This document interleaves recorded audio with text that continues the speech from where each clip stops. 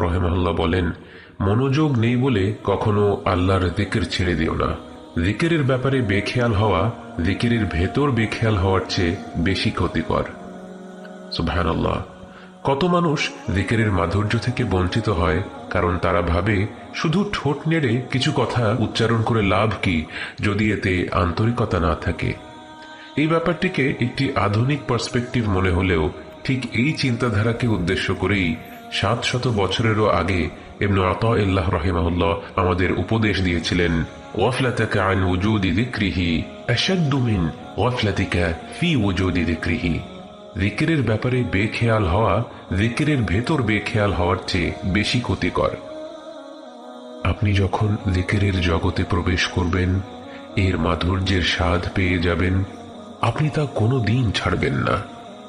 চারপাশের মানুষ যখন দুনিয়ার ব্যস্ততায় মত্ত, গাড়ি বাড়ি ধন দৌলতের পেছনে অবিরাম ছুটছে, তখন আপনি যদি নিজেকে সেখান থেকে সরিয়ে নিয়ে এসে আপনার সৃষ্টিকর্তার স্মরণে কিছুটা সময় কাটাতে পারেন, তাঁর তাসবিহ পাঠ করেন, তাঁর প্রশংসা করেন, তাঁর কাছে দোয়া করেন এবং কৃতজ্ঞতা প্রকাশ করেন, আপনি অন্তরে যে প্রসন্নতা অনুভব করবেন তা আর কোনো কিছুর সাথেই তুলনা হয় না।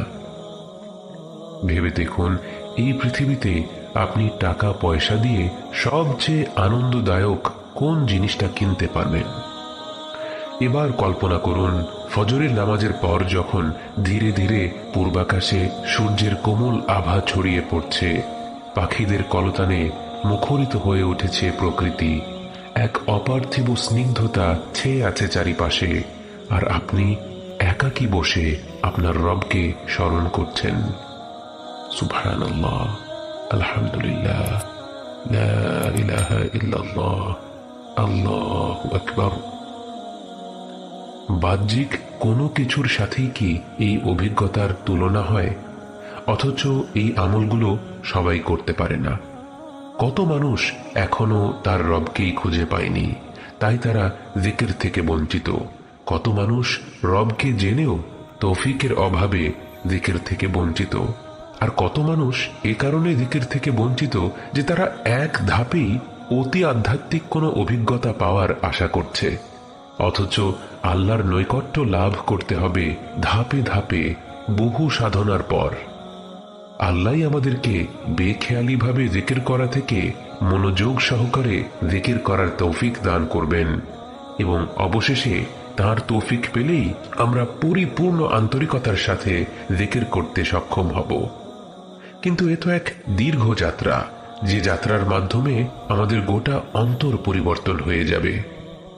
আবু হুরায়রা রাদিয়াল্লাহু আনহুর একটি বক্তব্য বর্ণিত আছে, যেখানে তিনি বলেন, পৃথিবীর মানুষের আকাশ যেমন নক্ষত্রমালা দিয়ে আলোকিত, জান্নাতবাসীদের আসমান তেমনিভাবে জিকিরকারীদের ঘরের আলোয় আলোকিত হবে।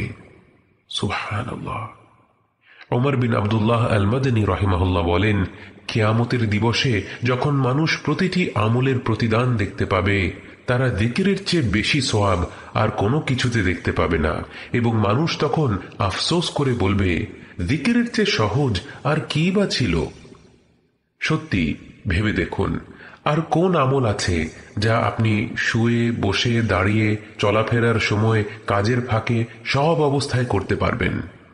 হয়তো কাজটা এতটা সহজ বলেই আমরা অনুধাবন করতে পারছি না এর পুরস্কার কতটা বিরাট।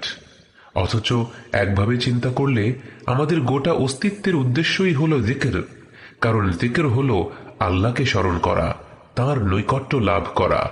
বান্দার জন্য তাঁর রবের নৈকট্য লাভের চেয়ে উত্তম কাজ আর কি হতে পারে? রমাদান মাসের শেষ প্রান্তে এসে আমরা যেন দৈনিক জিকিরের একটি অভ্যাস করে তুলতে পারি, যা আমরা রমাদানের পরেও চালিয়ে যাব, আমৃত্যু চালিয়ে যাব। পবিত্র কোরআন পাঠ করা হলো শ্রেষ্ঠ জিকির, যা আমাদের প্রতিদিন অন্তত কিছুটা সময় ধরে করা উচিত। আমাদের আগের একটি ভিডিওতে আমরা সলাওয়াতের ফজিলতের কথা বলেছিলাম। সকাল এবং সন্ধ্যার জিকিরে রয়েছে অপরিসীম কল্যাণ। আমাদের জীবনের প্রতিটি মুহূর্তেই জিকিরের দরজা খোলা এবং প্রতিটি বান্দাই আমন্ত্রিত। আমাদের জীবন হলো একটি তাসবিহের মতো, এর এক একটি মুক্ত হলো আমাদের এক একটি নিঃশ্বাস। যেদিন শ্বাস ফুরিয়ে যাবে সেদিন এই জীবন শেষ হয়ে যাবে।